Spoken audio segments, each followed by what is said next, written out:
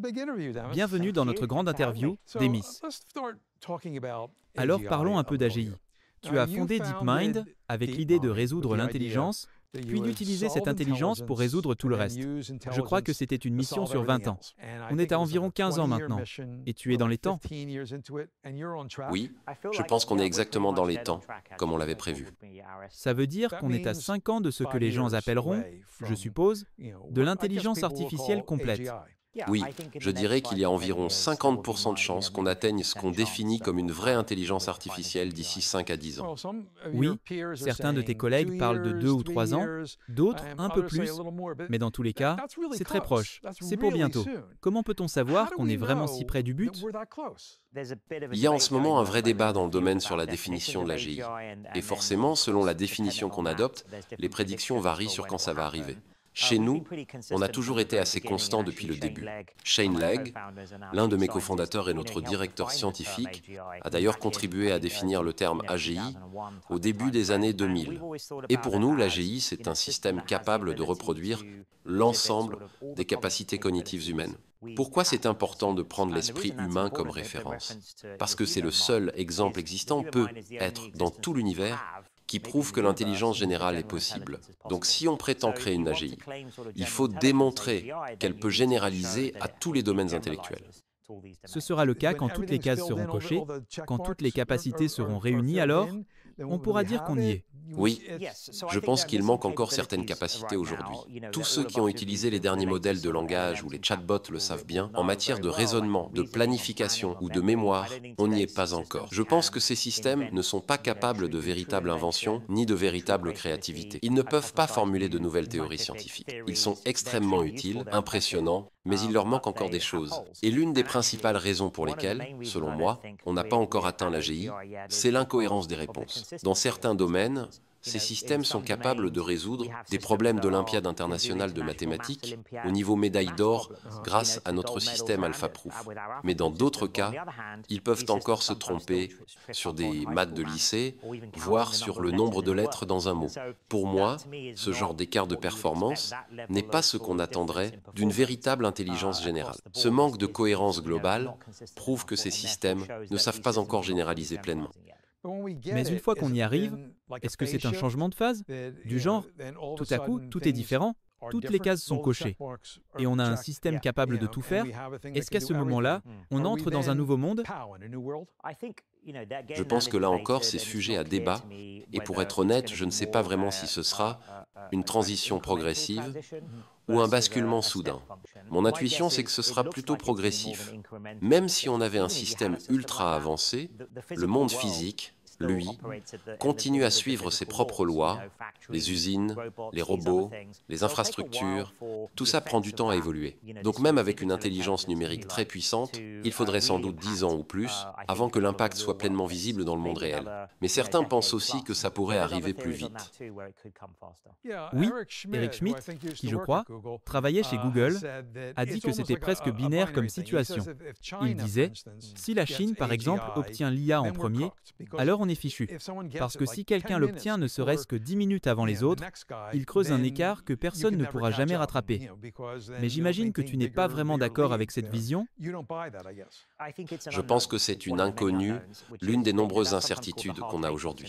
C'est ce qu'on appelle parfois le scénario de hard take-off, où les systèmes d'IA seraient capables de s'auto-améliorer, de se reprogrammer eux-mêmes, de créer leur prochaine version et de le faire à une vitesse extrême. Dans ce cas, un léger avantage de quelques jours pourrait très vite devenir un fossé énorme. Mais il y a aussi d'autres scénarios, plus progressifs, où cette capacité d'auto-amélioration reste limitée, et dans ce cas, arriver en même temps qu'un autre pays ne ferait pas une si grande différence. Mais c'est quand même important, surtout à l'échelle géopolitique. Les systèmes qu'on construit vont forcément porter la marque des valeurs, des normes et de la culture de leurs concepteurs. Donc oui, ces questions internationales sont vraiment essentielles. Donc quand tu construis de l'IA chez Google, tu gardes ça en tête? Est-ce que tu ressens une pression compétitive au cas où ce scénario serait vrai?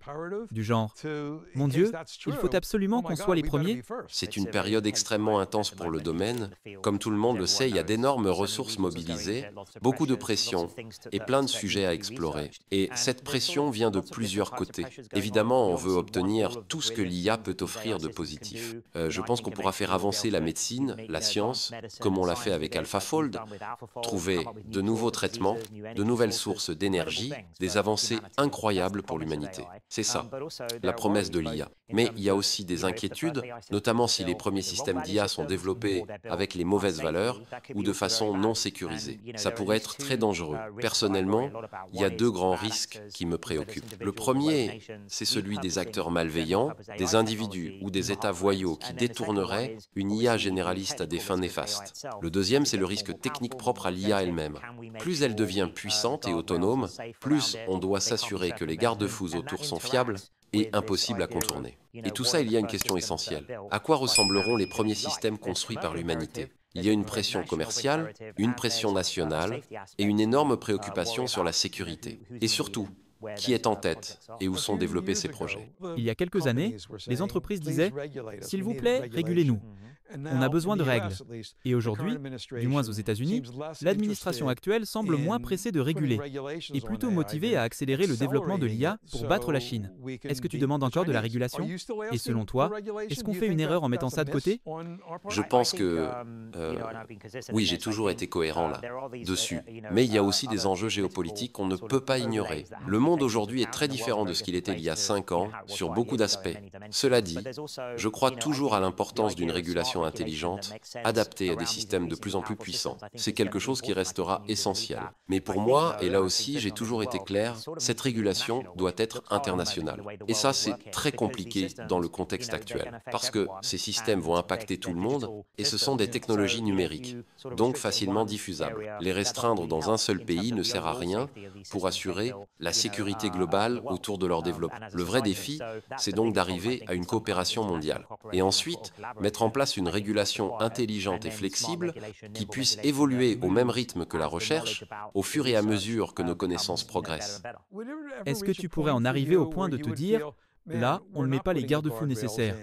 La compétition va trop vite, il faut qu'on arrête » ou est-ce que ce n'est pas quelque chose dans lequel tu peux t'impliquer directement? Je pense que beaucoup des dirigeants des grands laboratoires, au moins dans les pays occidentaux, oui, on y pense. On n'est qu'un petit groupe, on se connaît tous et on échange régulièrement. C'est aussi vrai pour les principaux chercheurs. Le problème, c'est qu'on n'a pas encore les bonnes définitions pour décider quand il faudrait s'arrêter. Comme on l'a dit, les systèmes actuels sont impressionnants, mais aussi très imparfaits. Je ne pense pas que les systèmes d'aujourd'hui présentent un risque existentiel. Donc pour l'instant, ça reste théorique. Mais ce qui est inquiétant, c'est qu'il y a beaucoup d'inconnus. On ne sait pas à quelle vitesse les choses vont évoluer, ni quel niveau de risque cela va réellement représenter. Moi, je reste optimiste sur notre capacité à surmonter ces défis, au niveau technique en tout cas. Par contre, les questions géopolitiques risquent d'être plus complexes à gérer. Mais si on prend le temps et qu'on aborde tout ça avec rigueur et réflexion, en suivant une approche scientifique, alors je pense qu'on peut avancer vers l'AGI de manière responsable. Oui, ton point est totalement logique. Mais d'un autre côté, si ce calendrier se confirme, on n'a plus beaucoup de temps devant nous. Non, on n'a pas beaucoup de temps. C'est pour ça qu'on investit de plus en plus de ressources dans la sécurité, dans des domaines comme la cybersécurité et aussi dans la recherche sur le contrôle des systèmes, ce qu'on appelle parfois l'interprétabilité mécanistique. Il y a plein de sous-domaines de l'IA qui reçoivent désormais plus d'attention, mais il faudrait aller encore plus loin. Et en parallèle, il faut aussi lancer de vrais débats de société sur la construction d'institutions, sur la manière dont on veut organiser la gouvernance de tout ça. Comment obtenir un accord international, au moins sur quelques principes de base, concernant la façon dont ces systèmes doivent être conçus, utilisés et déployés. Et l'impact sur le travail, sur le marché de l'emploi, dans quelle mesure tu penses que l'IA va transformer les métiers et la façon dont les emplois sont répartis dans la société? Je pense qu'on n'a pas encore vu de changement majeur. Si tu parles aux économistes, ils diront que pour l'instant, pas grand-chose n'a bougé. Les gens trouvent ces outils utiles, surtout dans certains domaines comme AlphaFold, que beaucoup de scientifiques utilisent déjà pour accélérer leurs recherches. Donc pour le moment, l'impact semble plutôt positif et complémentaire. Mais sur les 5 à 10 prochaines années, je pense qu'il va y avoir de profonds changements dans le monde du travail. Cela dit, comme souvent par le passé, de nouveaux métiers vont émerger, souvent plus intéressants, qui tireront parti de ces nouvelles technologies. C'est ce qui s'est passé avec Internet ou encore avec le mobile. On verra si cette fois c'est vraiment différent. Tout le monde pense toujours que cette fois-ci ce sera différent. Et peut être que ça le sera. Mais à court terme, je pense qu'on va surtout disposer d'outils incroyables qui vont booster notre productivité, surtout pour des tâches créatives. Ils vont presque nous rendre surhumains dans ce qu'on sera capable de produire individuellement. Je pense qu'on entre dans une sorte de nouvel âge d'or de ce que les individus vont pouvoir accomplir. Oui, si l'IA peut faire tout ce que les humains peuvent faire, alors on pourrait penser qu'elle pourra aussi faire les nouveaux métiers qui vont apparaître. C'est justement la question suivante. Qu'est-ce qu'on voudra vraiment confier à l'IA?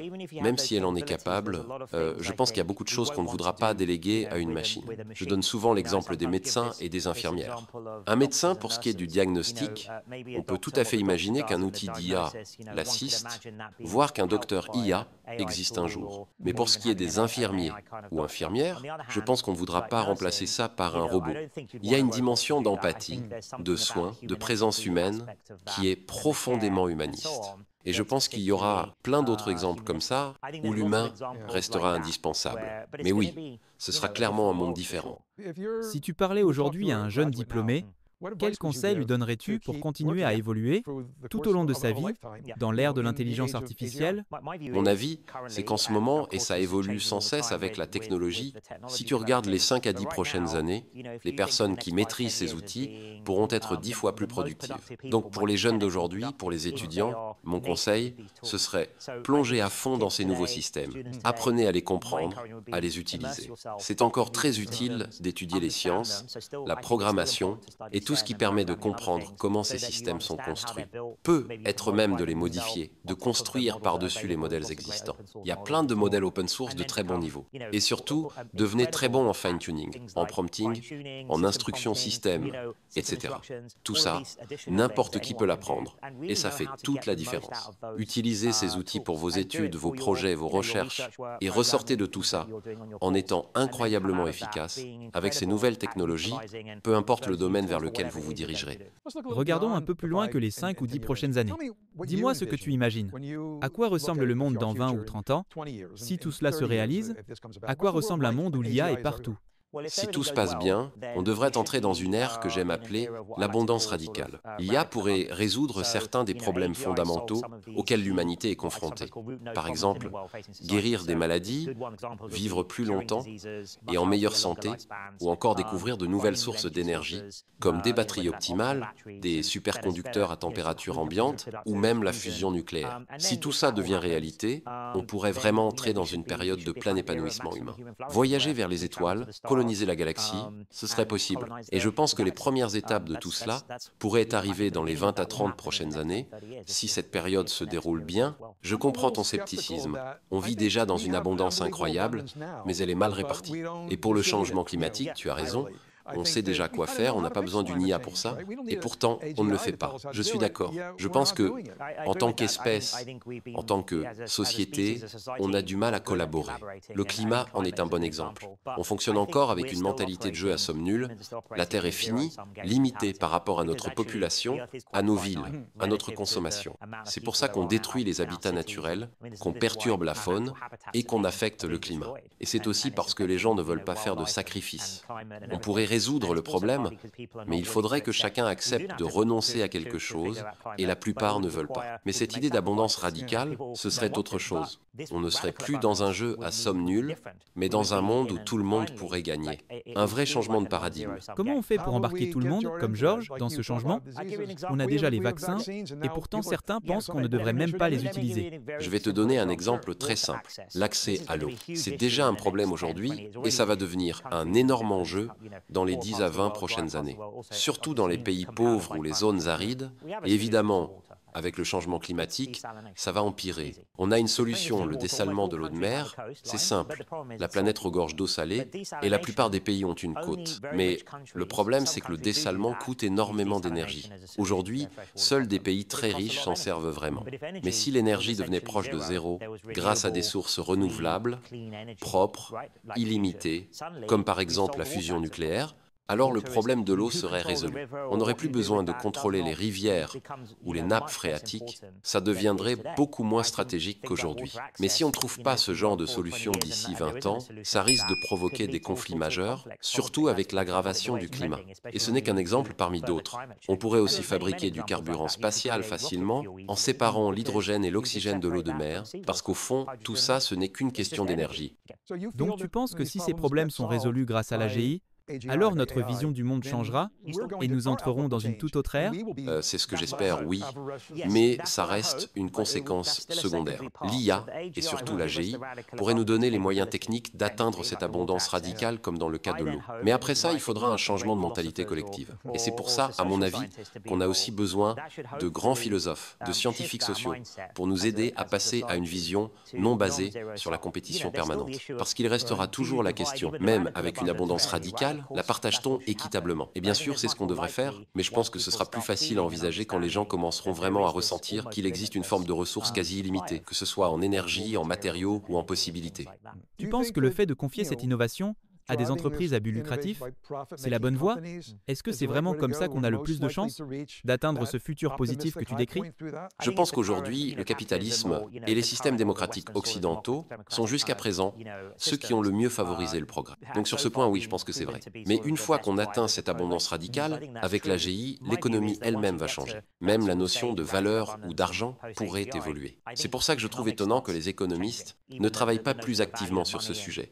Peut être qu'ils n'y croient pas encore vraiment, ou qu'ils pensent que c'est trop lointain, mais si les économistes y croyaient autant que les chercheurs en IA, alors il faudrait sûrement inventer une toute nouvelle théorie économique pour s'adapter à ce monde post-IA.